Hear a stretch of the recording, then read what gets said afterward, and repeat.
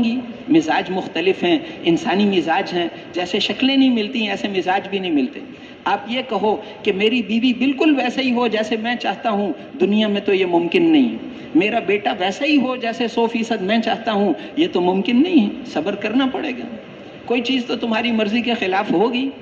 دیکھو نا، رسول اللہ صلی اللہ علیہ وسلم سے اچھا خامند اس دنیا میں کوئی نہیں تھا، اور ازواج مطہرات سے زیادہ وفادار بیویاں اس کائنات میں پیدا ہی نہیں ہوئی۔ وہ سب سے افضل، سب سے اعلیٰ، امت کی سب سے افضل عورتیں اللہ نے چن کر آپ کو دی تھی، لیکن ناگواریاں پیش آئیں، آپ ناراض ہوئے، آپ نے قسم کھائی میں 1 مہینہ تمہارے پاس نہیں آؤں گا۔ 1 مہینہ گزر گیا، وہ بھی رو رہی ہیں، صحابہ بھی رو رہے ہیں، سب رو رہے ہیں۔ صحابہ اس لیے رو رہے تھے کہ یہ امت کی افضل ترین عورتیں تھیں، یہ بھی حضور کے ساتھ صبر نہیں کر سکیں۔ تو اب جو ہے، اب لگتا ہے اللہ اپنے پیارے نبی کو اٹھا لیں گے، تو آپ کی جدائی کے غم میں روتے تھے۔ اس لیے، اور کبھی کبھی بیویاں بھی، ان کو بھی ناگواری پیش آتی تھی، وہ بھی خفا ہو جاتی تھی کبھی۔ آپ نے حضرت عائشہ رضی اللہ عنہا ام المومنین سے فرمایا کہ عائشہ، جب تم میرے سے خوش ہوتی ہو مجھے پتہ چل جاتا ہے، جب ناراض ہوتی ہو پھر بھی پتہ چلتا ہے۔ تو ان کا وہ کیسے؟ آپ نے کہا جب تم خوش ہوتی ہو تو تم میرے نام کی قسم ورب محمد کہہ کر قسم کھاتی ہو، اور جب ناراض ہوتی ہو تو ورب ابراہیم علیہ السلام کے نام لے کر قسم کھاتی ہو۔ انہوں نے کہا بات تو ایسے ہی ہے، لیکن لا احجر الا اسمک، اے اللہ کے رسول، اس وقت بھی ناراض ہو کر بھی صرف آپ کا نام چھوڑتی ہوں، آپ کی محبت دل سے نہیں نکالتی، صرف نام چھوڑ دیتی ہوں۔ تو ناگواری، نہ اس جیسی کوئی بیوی، نہ اس جیسا کوئی خامند، لیکن ناگواریاں تو پیش آتی ہیں۔ اس لیے فرمایا المسلم الذی یخالط الناس، وہ مسلمان جو لوگوں میں گھل مل کر رہے اور صبر کرے، ان سے تکلیفیں پیش آئیں گی، صبر کرے، تکلیفیں تو آئیں گی، تکلیفیں تو آئیں گی۔ اس لیے آپ نے حدیث میں فرمایا کہ کوئی مومن مرد اپنی بیوی سے کبھی بغض نہیں کرتا، لا یفرق مؤمن مؤمنۃ، کوئی مومن کسی مومنہ عورت سے اپنی بیوی سے بغض نہیں رکھتا دل میں۔ اس لیے کہ ان سخط منہا خلقا رضی منہا آخر، اگر اس کی ایک چیز تمہیں ناپسند ہے تو بہت ساری چیزیں پسند بھی تو ہے نا، ان کو سوچا کرو۔ جو باتیں تمہیں بیوی کی پسند ہیں ان کو دیکھا کرو، جو نہیں پسند ان کو نہ دیکھا کرو۔ یہ تو دنیا ہے، سارا کچھ پسند ہو وہ جنت میں ہوگا انشاءاللہ، یہاں تو ساری چیزیں پسند نہیں ہوتی، یہ تو دنیا ہے، دنیا تو جگہ ہی ایسی ہے۔ اس لیے یہاں تو برداشت کرنا پڑے گا، صبر کرنا پڑے گا۔ حضرت عمر رضی اللہ عنہ کے پاس ایک آدمی اپنی بیوی کی شکایت لے کر آیا۔ اس نے، جب چھوٹے چھوٹے گھر ہوتے تھے، اس نے سنا کہ حضرت عمر کو خود اندر ڈانٹ پڑ رہی، بیوی نے خوب ڈانٹا، نہیں چپ کر کے سنتے رہے۔ جب گھر سے باہر نکلے، آگے وہ آدمی کھڑا تھا۔ کیسے آئے ہو؟ اس نے کہا حضرت میں تو اپنی بیوی کی شکایت کرنے آیا تھا، تو آپ کو تو خود ہی ڈانٹ پڑ رہی تھی۔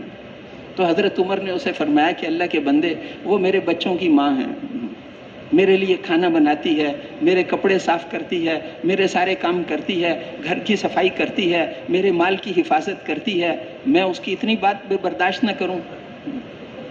اس نے 1-2 باتیں مجھے کر لیں تو کیا فرق پڑتا ہے؟ اس نے کہا جی میں سمجھ گیا، کہ جاؤ اس کی اچھی باتیں دیکھا کرو، وہ میری خدمت کرتی ہے، میرے کپڑے دھوتی ہے، میرا سامان، میرے لیے کھانا بناتی ہے، اس کی صفت دیکھو، جو کرتی ہے وہ دیکھو، غیرت مند ہے، ہر ایک کے پاس نہیں جاتی، میرے گھر میں بیٹھی ہوئی ہے، میں اسے کیوں ناراض ہو جاؤں؟ میں نہیں ناراض ہوتا، کوئی بات نہیں، اس نے مجھے کہہ دیا ہے تو کیا فرق پڑتا ہے؟ اب بتاؤ، امیر المومنین ہیں، صبر کر رہے ہیں۔ اس لیے آپ نے فرمایا کوئی مومن بیوی سے، عورت سے بغض نہیں کرتا، اس لیے کہ اس کی ایک بات پسند نہیں تو دوسری دیکھا کرو۔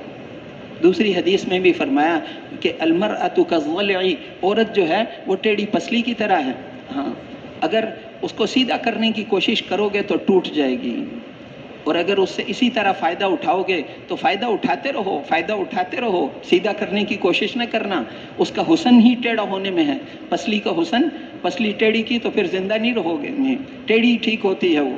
جیسے عقاب تھا نا، وہ ایک مثال قصہ سناتے ہیں، ہماری کتابوں میں لکھا ہوا ہے، یہ جو عربی کی کتابیں ہیں، وہ کہتے ہیں ایک عقاب تھا، شاہی عقاب تھا، وہ بادشاہ کے محل میں شاہی عقاب، اب وہاں سے اڑ کے ایک دفعہ وہ ایک بڑھیا کے گھر میں پہنچ گیا۔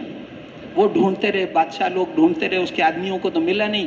اب اس نے، بڑھیا نے اس کی پرورش کی، پھر اس نے کہا کہ یہ بیچارہ مظلوم ہے، اتنی ٹیڑھی چونچ ہے اس کی، ٹیڑھی چونچ سے کیسے کھاتا ہے؟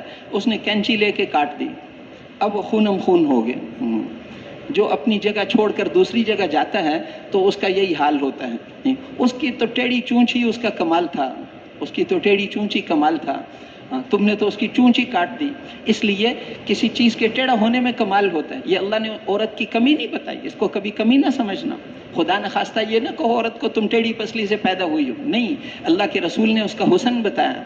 اس کے ٹیڑھے ہونے کے ساتھ اس سے فائدہ اٹھاؤ، اس سے فائدہ اٹھاؤ، اس کی صفات کو دیکھو، اس کی کمیوں کو نہ دیکھو۔ ہر آدمی کو، مردوں کے ساتھ بھی ایسے ہی، آپ اگر ساروں کو اچھے اچھے آدمی چنو گے تو آپ اکیلے رہ جاؤ گے۔ اس دنیا میں تو ہر ایک کے ساتھ چلنا ہوتا ہے، صبر کرنا ہوتا ہے، اجتماعی زندگی میں برداشت کرنا ہوتا ہے۔ کسی کو کریلے سے نفرت ہے، کسی کو کریلا پسند ہے، کریلے کی تو کوئی غلطی نہیں ہے، وہ بھی ٹھیک ہے، وہ بھی ٹھیک ہے، دونوں ٹھیک ہیں۔ تو اس لیے دنیا کے اندر فرمایا کہ وہ مسلمان جو لوگوں کے ساتھ گھل مل کر رہے، ان کی تکلیفوں پر صبر کرے، وہ اس مسلمان سے بدرجہ بہتر ہے جو لوگوں کے ساتھ گھل مل کر نہیں رہتا، ان کی باتوں پر صبر نہیں کرتا۔